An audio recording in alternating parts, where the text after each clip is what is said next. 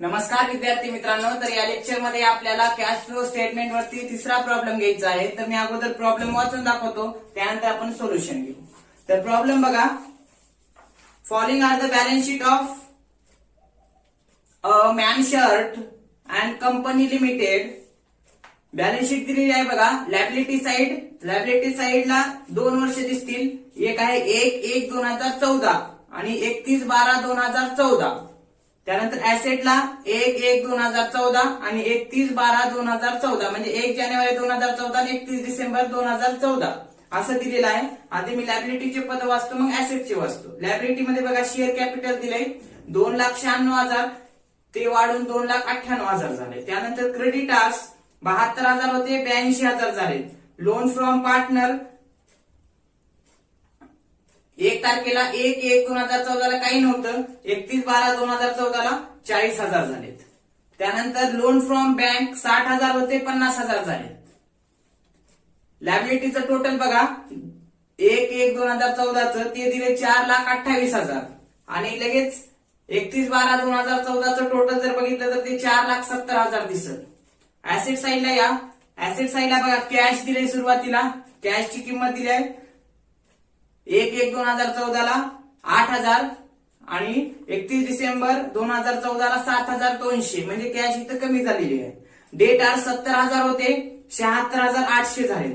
त्यानंतर स्टॉक 50,000 होता, तो झालाय 44,000. त्यानंतर मशिनरी 1,60,000 होती, 1,72,000 झाली.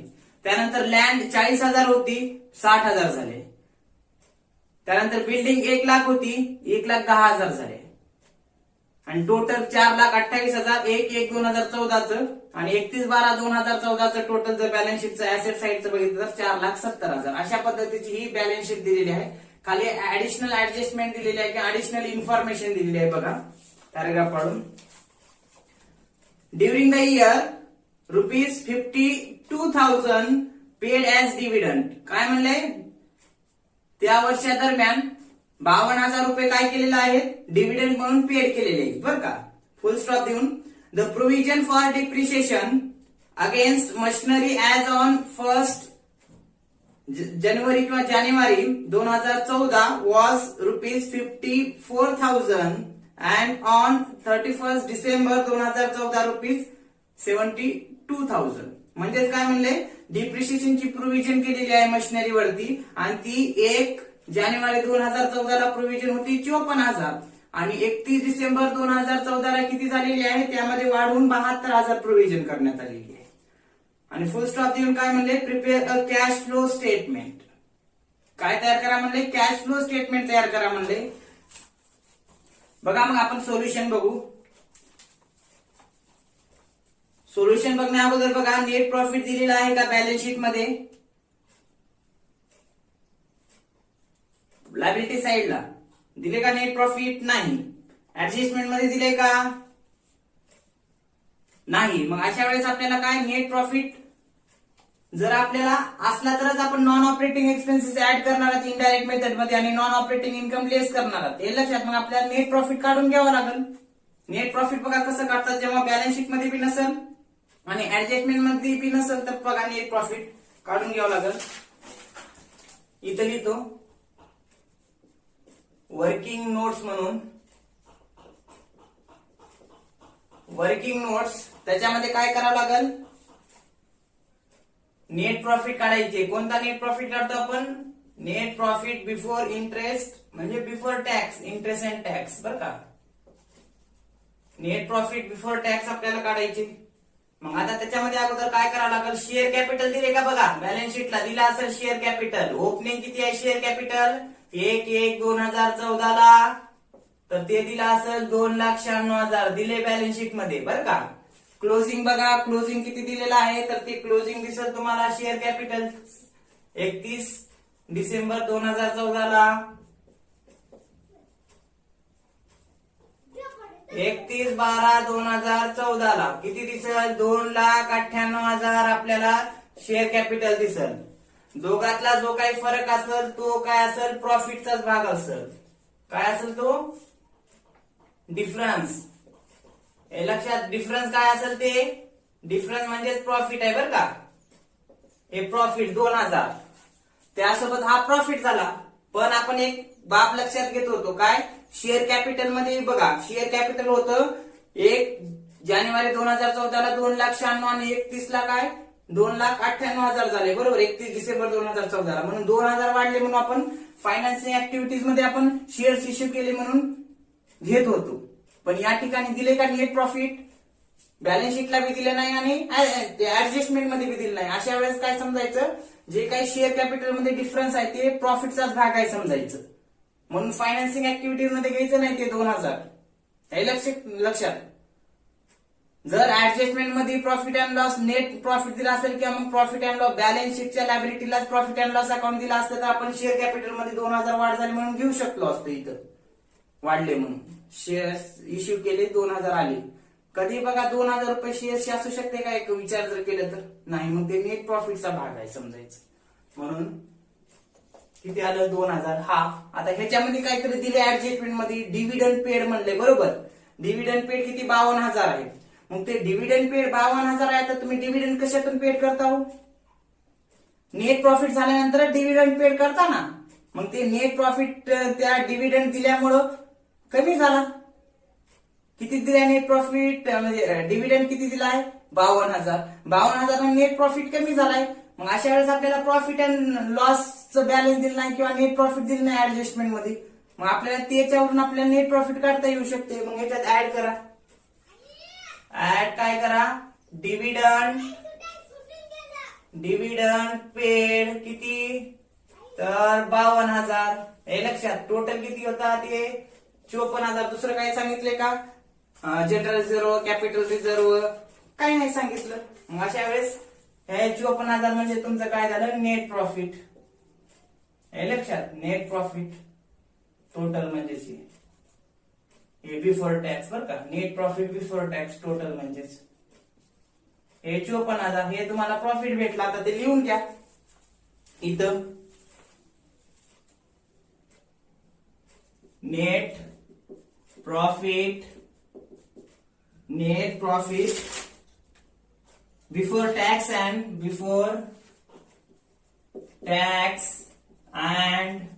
Extra ordinary items.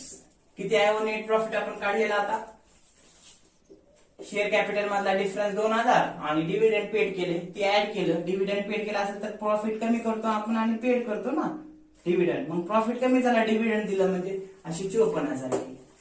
आता लगेच ऍडजस्टमेंट सोडून घेऊ. ऍडजस्टमेंट बघा, तर ऍडजस्टमेंट आपल्याला काय दिसतील, त्या वर्षादरम्यान during the year 52,000 dividend paid म्हणले बरोबर. मग डिव्हिडंड पेड असेल तर पैसे येतात का जातात, तो कॅशचा इनफ्लो होईल का आउटफ्लो होईल सांगा बरं. पैसे येईल का चालेल म्हणून आपल्याला काय करावं लागेल, पैसे चालेल. मग डिव्हिडंड इंटरेस्ट जर आपण पेड करत असू तर अशा वेळेस कुठे येईल फायनान्स ना. घ्या मग इथं आउटफ्लो आहे म्हणून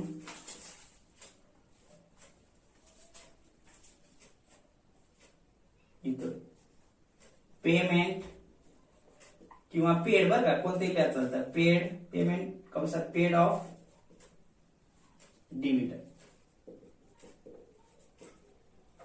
डिव्हिडंड्स किती 52,000 दिलेत. हे लक्षात, हे आउटफ्लो होईल. व्यवसायातून कॅश चालेल, कॅश फ्लो मध्ये फक्त कॅशचा विचार करतो. हे लक्षात, 52,000 हे वजा करायचं म्हणून कंसात. आता दुसरी ऍडजस्टमेंट बघा, the provision for depreciation against machinery as on 1 जानेवारी 2014 वाज 54,000. त्या मशिनरी जे काही दिले त्यावर डिप्रिशिएशन आपण प्रोव्हिजन केलेली आहे किती 54,000. हे लक्षात. आणि त्यासोबतच 31 डिसेंबर 2014 ला परत प्रोव्हिजन दिसत आहे. 54 जानेवारी मध्ये होती 1 जानेवारीला 54,000, 31 डिसेंबर 2014 ला झाले 72,000. मग आपल्याला इथं प्रोव्हिजन अकाउंट काढले, त्याचं बॅलन्स लिहून घ्यावं लागेल. हे खर्च आहे प्रोव्हिजन म्हणजे एक प्रकारे. मग प्रोव्हिजन असेल तर क्रेडिट साईडला ओपनिंगचं घ्यायचं 1 जानेवारी 2014चं आणि क्लोजिंग इकडे डेबिटला काय घ्यायचं, क्रेडिटला घ्यायचं ओपनिंगचं आणि डेबिटला घ्यायचं क्लोजिंगचं.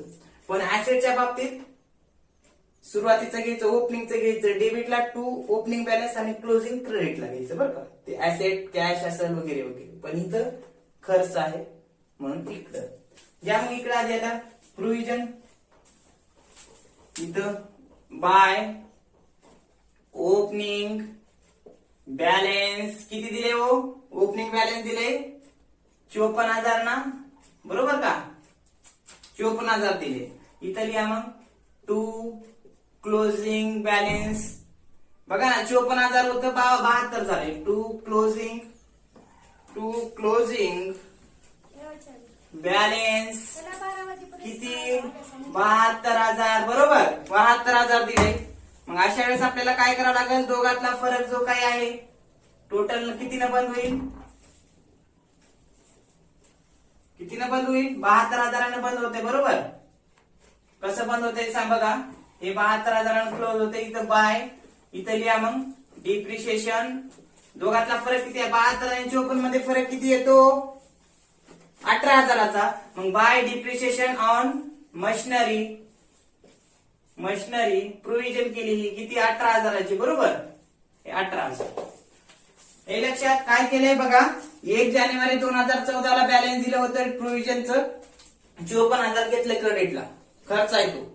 आणि नंतर 31 डिसेंबर 2014 ला दिलं होतं 72,000, टोटल 72 क्लोज होईल. दोघांचा फरक म्हणजे काय होईल, बाय डिप्रिशिएशन ऑन मशिनरी किती 18,000, 54,000 होते 72 झाले, किती वाढले 18 म्हणजे ते प्रोव्हिजन आहे समजायचं, डिप्रिशिएशन ते लिहून घ्या क्रेडिटला. टोटल 72 न बंद होईल. मग आता हे प्रोव्हिजन केल्या, हे लक्षात, प्रोव्हिजन केल्या म्हणजे प्रॉफिट मधून ते 18,000 कमी झाले, हे लक्षात.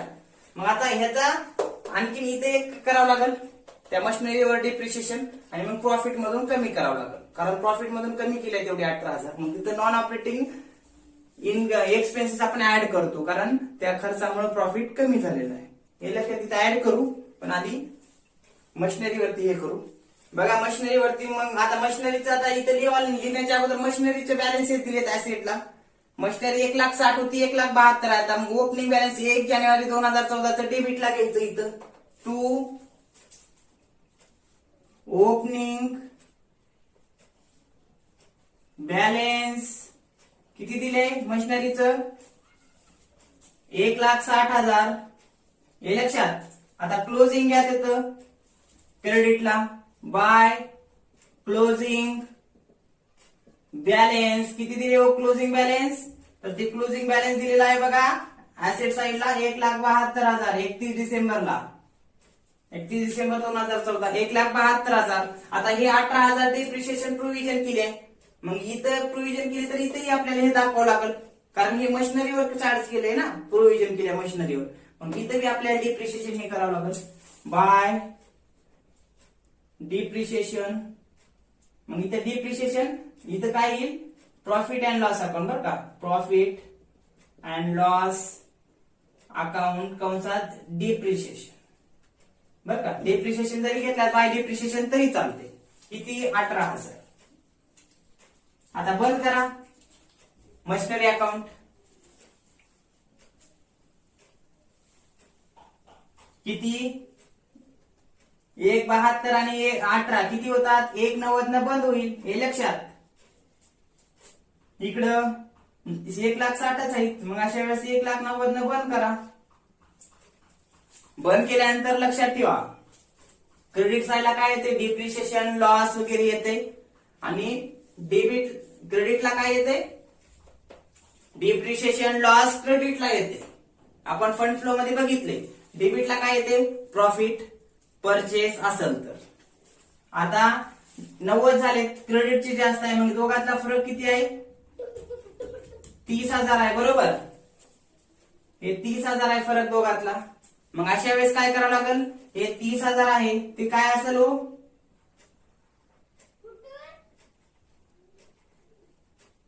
परचेस कॅश पेड कंसात.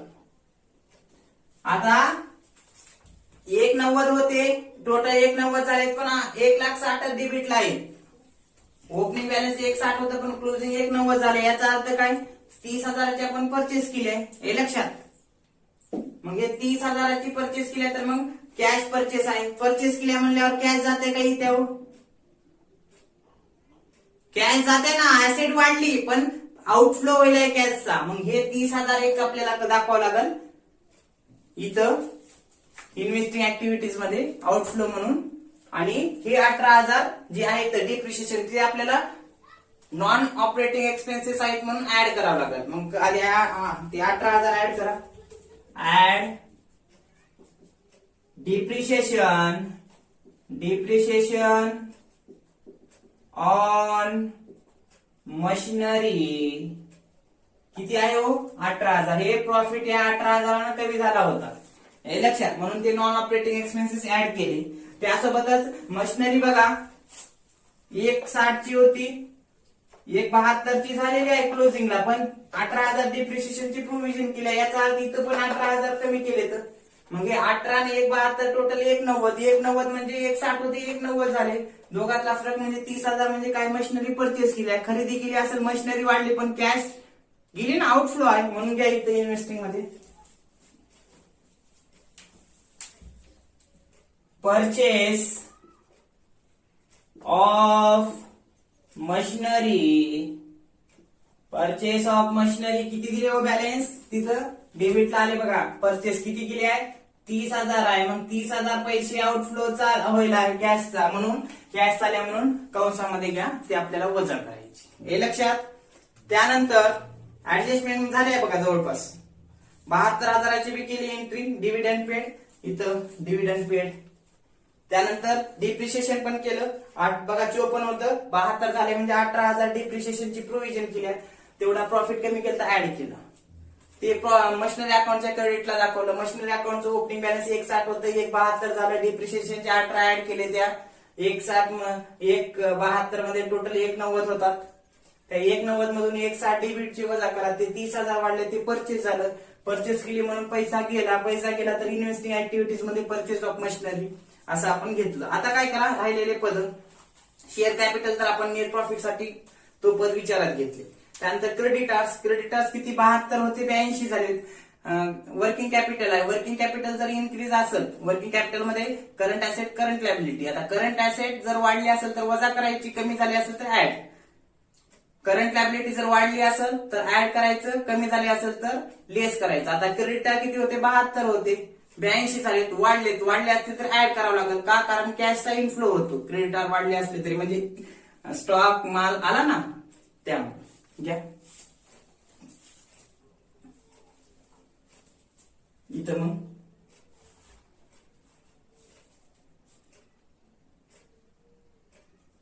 ऍड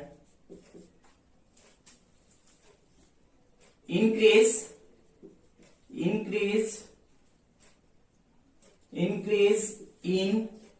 creditors वाढलेत ना तर करंट लायबिलिटी जर वाढत असेल तर ऍड करायचं. नियम इथं लिहितोय इथं परत बरं का. करंट ऍसेटचा आधी लिहितो. करंट ऍसेट जर इन्क्रीजला असेल इथं का हे बाण दाखवतो वरती. हे बाण वाढली असेल तर ते काय करायचं लेस. करंट ऍसेट जर डिक्रीज झाली असेल कमी झाली असेल तर ते ऍड. करंट लायबिलिटी जर वाढली असेल तर ते ऍड. करंट लायबिलिटी डिक्रीज झाली असेल कमी झाली असेल तर ते लेस. हे नियम वर्किंग कॅपिटलच्या बाबतीत लक्षात ठेवायचं हे लक्षात. मग घ्या मग किती इन्क्रीज इन क्रेडिटर्स 10,000. 10,000 ते आपल्याला काय ऍड करावं लागेल. करंट लायबिलिटी जर वाढली असेल तर कॅशचा इन्फ्लो समजायचं ते ऍड करायचं 10,000. त्यानंतर पुढलं लोन फ्रॉम पार्टनर. 1 जानेवारी 2014 ला काहीच नव्हतं. 31/12/2014 ला किती 40,000 झाले. याचा अर्थ काय आपण लोन घेतलेला आहे बरोबर. मग लोन घेतलं असलं तर ते कॅश येईल आहे. मग कॅश येईल तर आपण फायनान्सिंग ऍक्टिव्हिटीज मध्ये पैसे आले 40,000. मग घ्या तिथं ऍड मध्ये आपण ऍड मध्ये घेतो. डायरेक्टली येऊन प्लस मायनस केलं तरी चालते. लोन टेकन फ्रॉम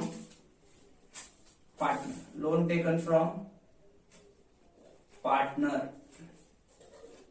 किती आपल्याला ऍड करावं लागेल, कॅशचा इनफ्लो होईल 40,000. ओके, म्हणून कंसाच्या बाहेर आउटफ्लो होत असेल वजा करावं लागते म्हणून कंसात घ्यायचं बरं का.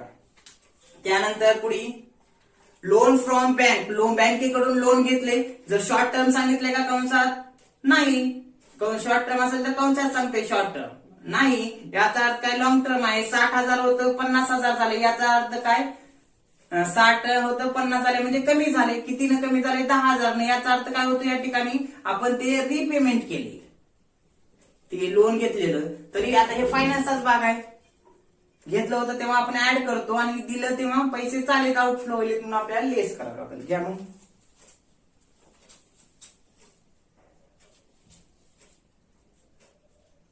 लेस इथं रिपेमेंट ऑफ बँक लोन. किती पेमेंट करायला, 10,000. 50 होतं, किती झालं, सॉरी 60 होतं 50 झाले, मग 10,000 कमी, 10,000 कमी झाले, मग ते पेमेंट केले, आउटफ्लो होईल म्हणून ते लेस करायचे.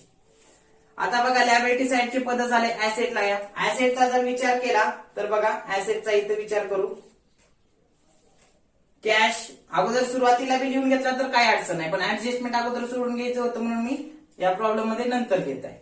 बघा मग कॅश 8,000 होती, 7,200 आहे, तर आपण हे कॅश किंवा कॅश इक्विव्हलंट म्हणजे बँक बॅलन्स वगैरे असेल तर शेवटी लिहितो आणि त्या दोघातला फरक म्हणजे काय आपलं ते आन्सर असते. कसं कॅश बघा 8,000 होतं, हे लक्षात, 7,200 झाले, कमी झाले, म्हणजे आपल्याला इथंच उत्तर कळते कशावरून, 8,000 होतं ते 7,200 म्हणजे 8,000 आपला जो काही कॅश फ्लो आहे टोटल तो कमी होणार आहे, म्हणजे आउटफ्लो जास्त आहे या ठिकाणी, हे लक्षात. म्हणून इथं लिहून घ्या. मग शेवटी सुरुवातीला लिहून घेतला, प्रॉब्लेम सुरू केल्याबरोबर तरीही चालते बरं का. घ्या मग cash at the beginning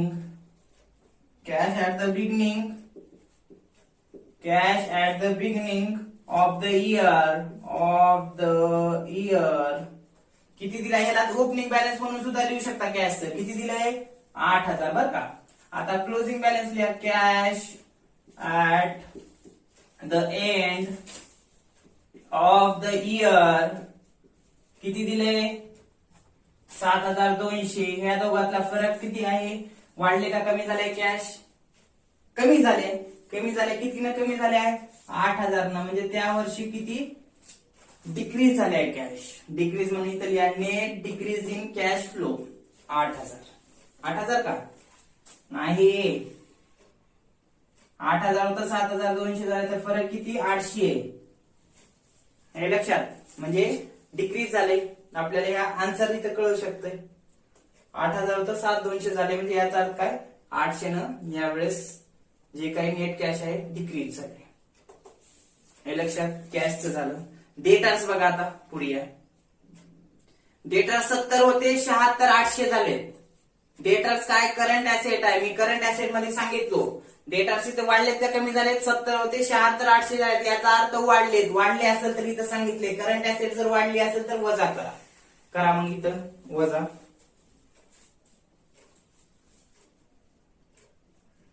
less increase in debtors. कितीनं वाढले, 70 होते 76,800 झालेत, म्हणजेच 6,800 न वाढले असेल करंट ऍसेट तर आपण कमी करतो म्हणजे वजा करतो, कंसात घेतलं वजा करायचं. त्यानंतर पुढे स्टॉक बघा 50,000 होता 44,000 झालाय, याचा अर्थ काय 50,000 होता 44 झालाय म्हणजे स्टॉक कमी झालाय. मग ही स्टॉक काय आहे, करंट ऍसेट आहे. मग इथं लिहिले मी करंट ऍसेट जर कमी झाली असेल, इथं बाण दाखवलाय कमीचा, हे लक्षात आहे. एरो खाली आलाय म्हणजे कमी झालाय, कमी झाला असेल तर आपण काय करायचं म्हणलं ऍड, तर करा मग add decrease decrease in stock, decrease current asset जर कमी झाली तर ऍड करायचं. डिक्रीज इन स्टॉक किती, तर बघा स्टॉक 50 होता 44 झालाय, 6000 कमी झालाय. कमी झालाय म्हणजे विक्री केली असेल, विक्री केली असेल तर कॅश येते, इनफ्लो झाला समजायचं. कधी लक्षात ठेवा 4 गोष्टी. कोणत्या 4 गोष्टी, पहिली गोष्ट करंट ऍसेट जर वाढत असेल तर त्या ठिकाणी म्हणायचं ती खरेदी आहे, कॅशचा आउटफ्लो होतो. आउटफ्लो जर होत असेल तर पैसे जातात, म्हणून ते आपण वजा करायला पाहिजे. ऍसेट वाढते, करंट ऍसेट वाढत असेल पण कॅश आउटफ्लो होईल म्हणून लेस करावं लागेल. करंट ऍसेट होती ती आपण आपली कमी झाल्या, ऍसेट मधली ऍसेट साईडची रकमा कमी झाल्यात. कमी होत असतील रकमा तर याचा अर्थ काय समजायचं, आपण ती विकली तर आपल्याला काय कॅश येते, म्हणून ते ऍड करायचं. लॅबिलिटीला जेव्हा लॅबिलिटी वाढत असेल तर इनफ्लो होतो. ती तुम्हाला नंतर द्यायचं असेल, देऊ नंतर आपण त्यांची रक्कम परत, पण सध्या तरी कॅश येईल ना, म्हणून करंट लॅबिलिटी जर वाढत असेल तर ऍड करायचं. करंट लॅबिलिटी कमी होत असेल तर त्याचं आपण पेमेंट केलंय समजायचं आणि ते काय करायचं, लेस करायचं. हे 4 गोष्टी लक्षात ठेवा. नसता हे बॉक्स लक्षात ठेवा. काय घेतलं, स्टॉक घेतलं. मशिनरी घेतल्या ऍडजस्टमेंट होती सोडून. लँड 40,000 होतं 60,000 झाले. आता इथं 40,000 होतं 60,000 झाले, म्हणजे मशिनरी वाढली आहे, सॉरी लँड वाढली आहे. फिक्स्ड ऍसेट आहे वाढले कशामुळे वाढते, खरेदी आहे म्हणून वाढते. मग या ठिकाणी इन्व्हेस्टिंग मध्ये घ्या, परचेस ऑफ लँड, परचेस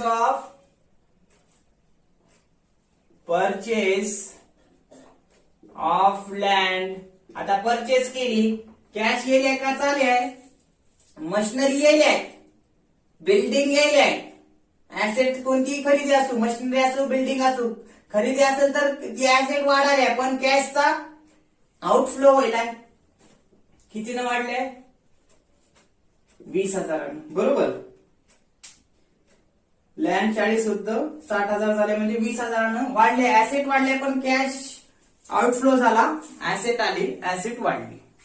त्यानंतर बिल्डिंग 1 लाख होतं 1,10,000 झाले, बिल्डिंग पण वाढलंय. याचा अर्थ काय, आपण बिल्डिंगची काही खरेदी केला असेल, छोटा मोठा प्लॅन्ट म्हणजे पार्ट वगैरे जमीन याचा बिल्डिंगचा वापरण्यासाठी. 1 लाख होतं 1,10,000 झाले, याचा अर्थ 10,000 ती ऍसेट वाढली. ऍसेट वाढली म्हणजे ते खरेदी आहे समजायचं, आणि कॅशचा आउटफ्लो आहे म्हणायचं. आउटफ्लो असेल तर इथंच घ्यायचं. मग परचेस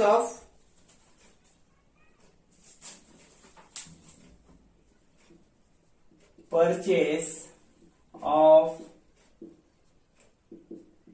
बिल्डिंग किती, परचेस ऑफ बिल्डिंग 1 लाख होतं 1,10,000 झाले. याचा अर्थ किती ना,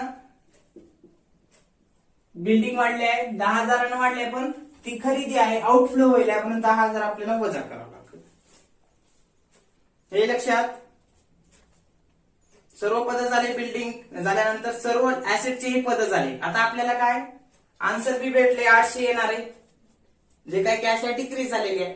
मग बघा आता या सोडवत 54, 18 यांचं टोटल करा. 54, 18 72,000 होईल. हे लक्षात 72,000 होईल. त्याला नाव देतो आपण ऑपरेटिंग प्रॉफिट बिफोर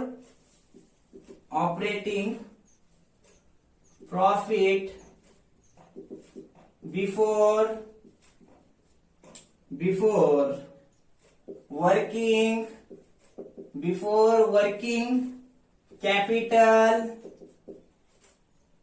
चेंजेस. हे लक्षात किती 54, 18 72 झाले net profit before working capital changes. आता या ह्याच्यामध्ये वर्किंग कॅपिटल चेंजेस जे काही असेल ते आपल्याला बघावं लागेल. ऍड काय करायचे, रिटायर स्टॉक ऍड करा. 72 10 82 82 6 किती होतात, 88 होतात. 88 मधून 6,800 वजा करा, किती राहतात बघा, या 72 आणि 10 ऍड करायची पद्धत ऍड करा नेट प्रॉफिट मध्ये, ऑपरेटिंग प्रॉफिट मध्ये, वर्किंग कॅपिटल चेंजेसचे.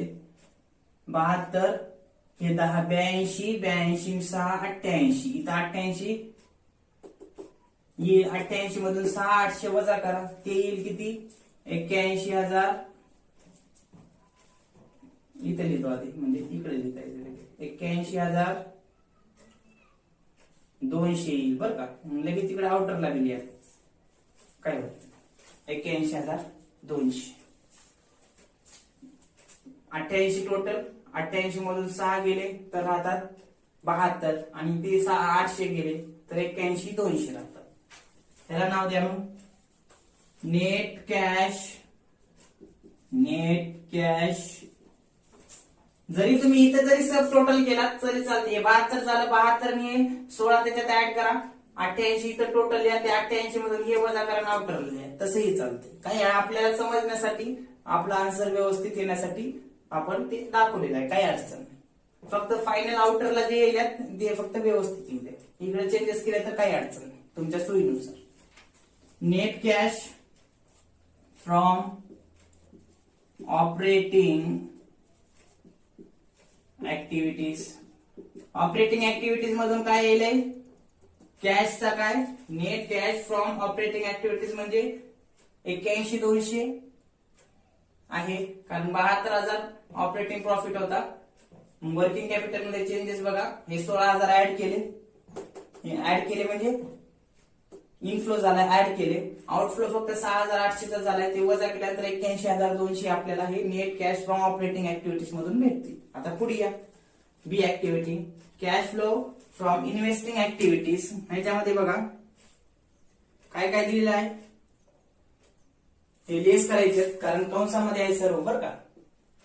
लेस आहे, डायरेक्ट कंसामध्ये असलं तर आपण लेसच करतो. Less purchase of building, purchase of machinery आणि परचेस ऑफ लँड. टोटल बघा 10 30 40 40 आणि 20 60,000 होते ना, हे 60,000. त्या 81,200 मधून ते 60,000 वजा करा, तर तेव्हा काय येते? आता ह्याला नाव काय देतो आपण? 60,000ला यांचं टोटल बी केला तरी चालेल, हे 60,000. ह्याला नाव देतो आपण नेट.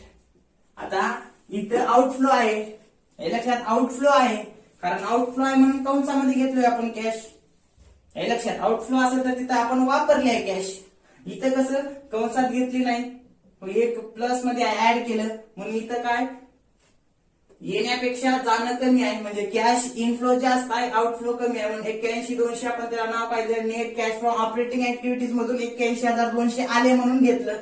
आता इथं मात्र काय आउटफ्लोच आहे, मग इथं काय करायचं? Net cash use in investing activities असं घ्यायचं. घ्या मग इथं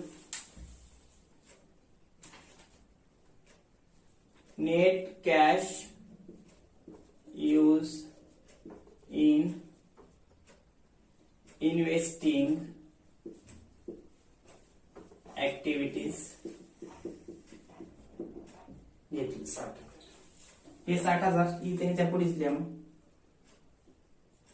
60,000.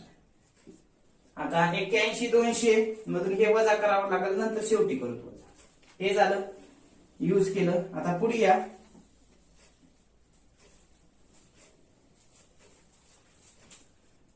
Cash flow from financing activities. त्याच्यामध्ये बघा लोन टेकन घेतलं होतं 40,000 आले, इनफ्लो एकच आहे. आउटफ्लो काय काय?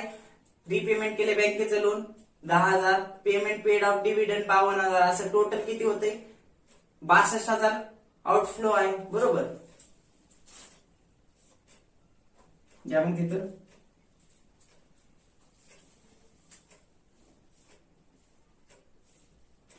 मग या 62,000 मधून हे 40,000 वजा करा, किती होतात? 22,000 राहतात का?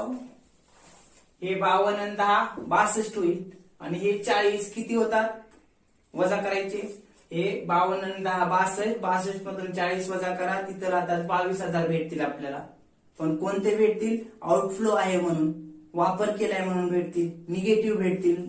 मग अशा वेळेस याला नाव काय द्यायचं, हे लगेच 22,000 इकडे लिहा, कारण आपल्याला या ह्याच्यातून वजा करता येईल नेट प्रॉफिट न. त्याला नाव द्या मग नेट कॅश यूज इन कोणती ऍक्टिव्हिटी आहे, फायनान्सिंग ऍक्टिव्हिटीज. 22,022 हे लक्षात. आता पुढे बघा, मग इथं 81,200 इथं लिहितो प्लस मध्ये आहेत बरं का, म्हणजे कंसात नाहीत म्हणजे प्लस मध्ये पॉझिटिव्ह आहेत. कॅशचा इनफ्लो झालेला आहे समजायचं 81,200. आता आउटफ्लो बघा किती किती झालाय, 60,000 इथं इन्व्हेस्टिंग ऍक्टिव्हिटीज मध्ये 60,000 केले, ते 60 आणि 22 टोटल किती होतात, 60 आणि 22 किती, 60 आणि 22 82 होतात का, बरोबर आहे. 60 आणि 20 80, 80 वरले 2 म्हणजे 82. आता बघा इनफ्लो किंवा इथं 81,200 आहे नेट प्रॉफिट ऑपरेटिंग प्रॉफिट, कारण नेट प्रॉफिट मध्ये नॉन ऑपरेटिंग एक्सपेन्सेस ऍड केल्यानंतर operating profit before working capital आलं, त्याच्यात काही पद ऍड केले, जे इन्क्रीज झालेले होते लायबिलिटी असेल, डिक्रीज झालेला असेल करंट ऍसेट ते ऍड केले, लेस काय केले, करंट लायबिलिटी कमी झाली असेल किंवा मग करंट ऍसेट कमी झाली असेल तर सॉरी इथं उलट, इथं जर ऍड काय करतो आपण, इन्क्रीज इन करंट लायबिलिटी जर वाढली असेल तर ऍड करावं लागेल, आणि दुसरं ऍड काय करावं लागेल, स्टॉक म्हणजे करंट ऍसेट जर डिक्रीज झाली तर ऍड, इकडं त्यांच्या उलट करंट लायबिलिटी जर डिक्रीज झाली तर लेस, करंट ऍसेट